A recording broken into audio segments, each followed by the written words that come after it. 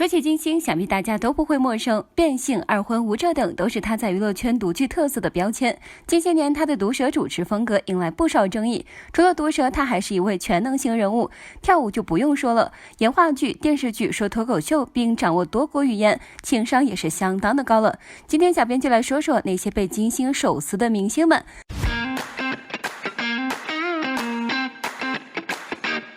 Hello， 宝宝们，咱们又见面了。大家都知道，娱乐圈被金星吐槽和得罪过的明星，掰手指都数不过来。不只有流量小生，还有业内大佬，就连现在风生水起的王一博，当年也被金星吐槽过。金星曾在《火星情报局》中大胆说出：“没有天天向上，我哪知道王一博呀？”不得不说，这话真的狠。但金星的这句话其实有他自己的逻辑在里面，因为他的观点就是流量不可靠。你在娱乐圈如果想做歌手，就要有歌曲做代表作。如果你想做演员，就要有电影、电视剧做代表作。王一博在娱乐圈也是逃不出这两个身份选择的。可当时的王一博却是以天天向上主持人受到认可，意味着当时的他，不论是作为歌手还是演员，都缺少被人认可的作品。虽然当时王一博手中是有《陈情令》这样炙手可热的作品的，但总的来说，当时能拿得出手的作品确实不多。不过如今王一博手头的资源可以说是相当扛打了，前有有匪在撑腰，如今还有风起洛阳火遍全网。除此之外，还有即将播出的《冰与火》。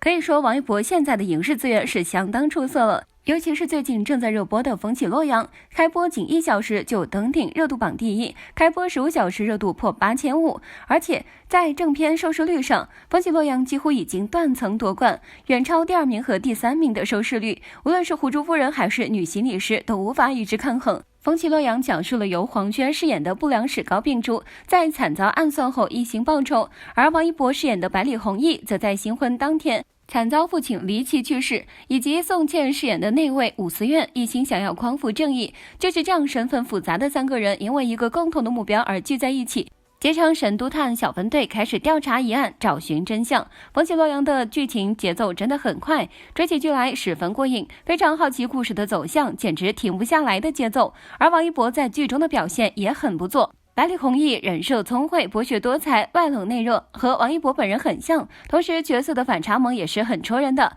演技也是比当年《陈情令》时期进步了不少。不得不说，让王一博爆红的《陈情令》，他在里面的演技确实有些不如人意，人物眼睛里没有戏，一片空洞。但是如今，虽然王一博还是演了一个冷冰冰的人物，不过可以看得出，他已经试图通过人物动作及各种小细节展现人物的情绪变化了。只能说此次王一博的表现虽然算不上惊艳，却也意外的不错。虽然离老戏骨们还有好一段距离，但是相信他未来可期。除了王一博，同样被吐槽过的还有 Angelababy， 同样是在某次火星情报局，原来大家都在议论秦牛正威rap 水平的事情，结果金星又突然提起了女明星的话题。或许是因为内容太过劲爆，以至于节目组直接给该女明星的名字进行了消音。不过就算是节目组给金星消音，但还是有细心的网友通过金星的嘴型以及金星说名字的时长推断出，这位演技尴尬的女演员极有可能是杨颖 Baby。毕竟在娱乐圈里，知名女演员又被长期吐槽演技不好的就那么几位，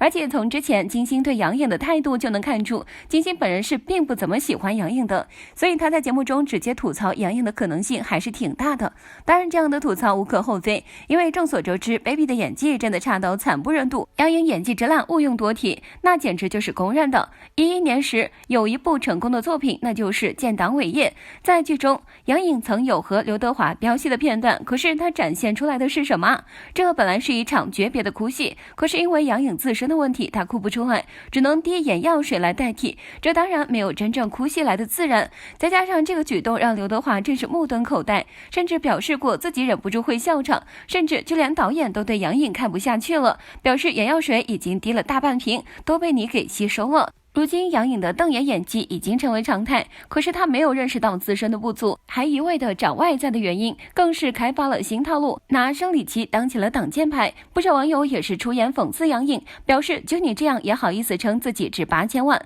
如果这样的女星都能成为成功的演员，那么是个人都能做演员。除此之外，黄子韬也被吐槽过，金星曾在节目中大谈此 H 姓男性张琪因没才艺而没德行，所以除了发型一无所有。此前 H 姓在接受采访的时候耍大牌，被工作人员指向黄渤便大怒，遭到了媒体以及网友的指责。H 姓小鲜肉甩大牌的事情爆出来了之后，引发众多网友的猜想，而毋庸置疑的是，与此事件最相符合的 H 姓小鲜肉就是刚刚回国的 EXO 前队员黄子韬了。黄子韬被工作人员指发型像黄渤，便要去重做发型。金星谈到此事表示，像黄渤怎么了？姐姐我还被那么多人说像王祖蓝呢。王思聪曾表示该男星已经丑成马了。金星拿此来调侃道，他丑成什么马了？现场主持听闻后赶紧劝阻金星，表示其又要得罪人了。金星对此不以为然，称自己得罪的人多着去了，他算老几啊？更是炮轰对方去了韩国就以为自己全宇宙最红了。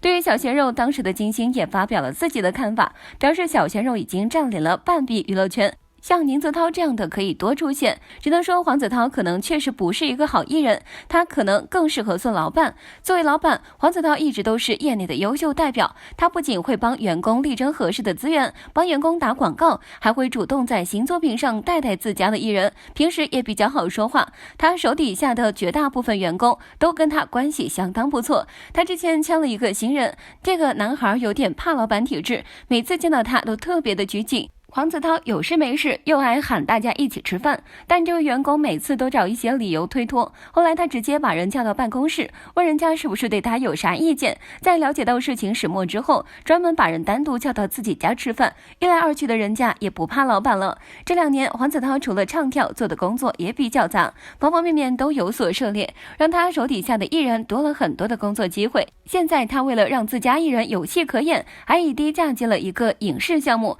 打包了不少自己手底下的小艺人。他虽然看起来极度随性，但在签艺人这件事上也不是那么的随心所欲，他面试艺人还是比较严格的。之前他家里有个亲戚想通过他的资源出道，就因为过于普通而被他无情拒绝了。对此小编只想说，可能这就是所谓的术业有专攻吧。当然同样遭殃的还有范丞丞。同是去年的火星情报剧，金星说到自己的看法，对于现在的流量艺人，特别是这些小的年轻艺人们，赶紧给自己找个主科，歌坛、影视剧、舞蹈都可以，越说越得劲儿。还称不怕得罪人。我给你举个例子，那谈到了范丞丞，他到底在唱歌还是干嘛？我找不出来了。现场也是欢呼声不断，金星也是一本正经的说实话，还称你有这么好的流量，有这么好的关注度，趁这个时候赶紧拿一个代表自己的作品，而并不是被市场和公司裹挟着往前走。过2年又不要你了，2年以后又换新面孔了。最后还劝告年轻的孩子一定要有自己的代表作。时间过了1年，如今范丞丞的代表作虽然还没见到，但是在《青春环游记》里感觉他是把自己玩明白了。最新播出的一期中，范丞丞穿上了李小龙最有标志性的一身黄色连体衣，模仿了一些李小龙在精武门中的精彩片段，随手丢了几下双节棍，大喊了一声 water， 周围的一群 MC 爆笑，看节目的观众估计也是爆笑。贾玲调侃得很到位，有一股缺心眼的感觉，耍出来的那几招双节棍真的是叫划拳秀腿，买家秀与卖家秀的区别。还有之前在东北的一期，邀请素人嘉宾表演绝技是转呼啦圈，而范丞丞直接问素人说，你会用脖子转呼啦圈吗？他不仅主动 Q 了素人，而且接着还自己站起来，像一只呆头鹅，一脸骄傲的用脖子开始疯狂转呼啦圈。回望这一季《青春环游记》播出已经过半，几乎每一期范丞丞都展现出来了相当强大的综艺感给大家。比起之前第1季和第2季的表现，他有了质的飞跃。不知从什么时候开始，大家不是狂呼啊范丞丞好帅，而是说范丞丞你把我们都整得笑不活了。看样子范丞丞似乎是打算走综艺咖的道路啊。就连李易峰也没能逃得过金星的吐槽。金星秀的忠实观众们一定都知道，在节目现场，金星只演老炮儿里就记住了张一山和张译，把影帝安置百花奖最佳男配角李易峰，讽刺得一塌糊涂。对于李易峰的获奖，金星甚至讽刺道，不怕不识货，就怕货比货。不过有一说一，李易峰很早之前就想要转型了，他对自己的定位一直很清晰，流量演员只是一时的，实力派演员才是他最终的归宿。李易峰的转型之路是从2016年的麻雀开始，不过最后取得的结果却不太理想。2020年，李易峰整装待发，一部隐秘而伟大，让大家看到了他演技的进步。李易峰又趁热打铁，2021年号手就位上线，他的演技也渐渐变得成熟。不过也能看出李易峰离真正的实力派演员还是有一段距离。虽然前路很长，但李易峰剧的质量已经显著提升了。最后，金星为何谁都敢撕呢？他曾经说过，我不怕封杀，舞蹈才是我的主业，电视产业都这样，把你这个人榨干净了之后就找下一个了。不过我有舞蹈，我还有舞台，我能靠舞蹈养活我自己，这可能就是他的底气所在吧。好了，本期内容就分享到这里，欢迎宝宝们来评论区一起留言讨论。喜欢本期内容的可以点击关注，咱们下期再见哦。